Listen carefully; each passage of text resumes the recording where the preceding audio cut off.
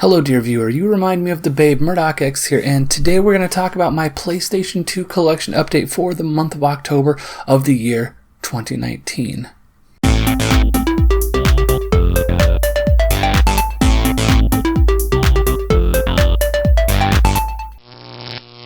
Secret Agent Clank. It's a Ratchet & Clank game but with stealth and gadgets. The original release of this title is for the PSP, but it was later ported to the PS2. I didn't play much of this, but it wasn't bad. I've read that there are some bug problems though, and since this was in the days before downloadable patches, that's an unfortunate problem. Next up, we have Magic Slide for the PlayStation 2. This is a device to play imports and backups, which means it's for piracy. This is entirely for piracy, although I actually did pick it up to play import games. I don't think it's going to help me much though, because even though this will probably, I haven't tried it yet, let me play my imported games, I've had no luck capturing any Japanese games with my Elgato HD, and it's been a huge pain in the butt for me, and I don't think this is going to solve it, because I have a Japanese PlayStation 2, and I can't capture game footage from that. I assume there's some kind of region lock on the video signal through the Elgato, I don't know. I don't think this is going to help. I haven't used it yet. The main reason is because I believe this only works for the fat consoles, and I have fats and I have slims. I have I think 3 different PlayStation 2s, 4 different PlayStation 2s, the Japanese ones and 3 different models of the American one.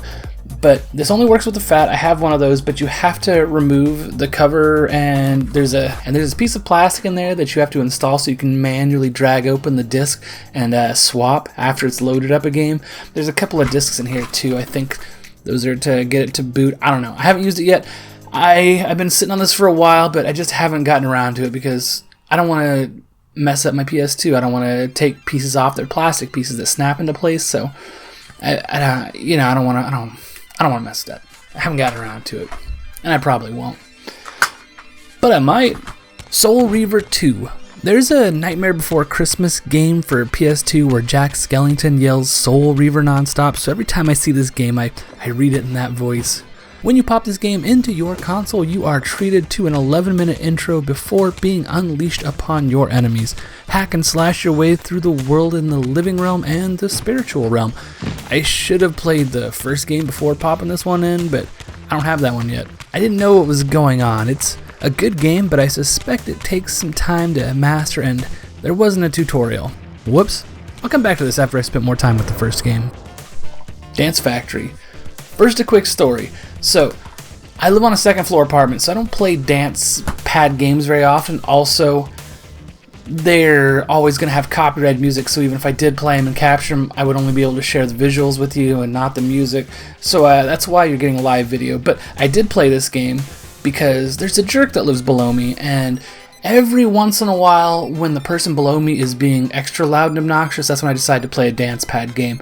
So I popped this one in, and he got the hint. I only got through one song before he quit. What makes this game particularly interesting, though, is there's a feature, and it's surprisingly difficult to find as it's the main selling point, but you can pop in your own music CDs, and it will build a dance pad stage around it. It will listen to the song and then calculate, the beat and put in moves, and I did that. I popped in Gorillas. I didn't capture it because I wouldn't really be able to show you much of it anyways, but it was kind of awesome. If I ever am able to play a dance pad game, for some reason I'm about to move into a third floor apartment, so that's not going to help, but I suspect this will be the dance pad game I go to, if I still own any CDs. I'm sure I've got a few somewhere. Batman Rise of Sin Tzu. This game is bad. It has good aspects, but it just didn't end up coming together.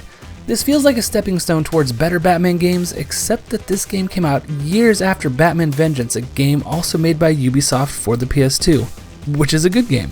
There are several special editions of this title that are interesting, including 4 different versions that came with action figures. But a bad game is a bad game, and this is retired to living on the shelf, which is disappointing because this game took me a long time to find. Iron Man. Here we have a licensed game based around the Iron Man suit and its abilities. Great ideas, but poorly implemented. As far as movie tie-ins go, this is better than most, but it gets dull fast. It's hard to talk about mediocre games like this one, so let's move on to the final game, which I think is more interesting. Monster Rancher EVO, aka Monster Rancher 5. They took the Monster Rancher franchise and they tried to turn it into an RPG. Not wander around an overworld like Pokemon style, but you're trapped inside a circus tent and let other people raise your monster now RPG. I am about 2 hours into this game so far and I still can't tell if it's better or worse. I'm leaning towards worse. I enjoy previous Monster Rancher games, but they all felt kind of the same until this one. I like the circus setting, but I don't like the circus games. The new way that monsters battle is interesting, but the new way they're trained feels disconnected. So I suppose that's it. I'm still kind of up in the air about this, and I do plan on playing more of it, and I'll try to get back to you about it. With 6 new games added to the collection this month, my new total is 691 out of 1,795 games for a total of 38.5% of a complete North American collection.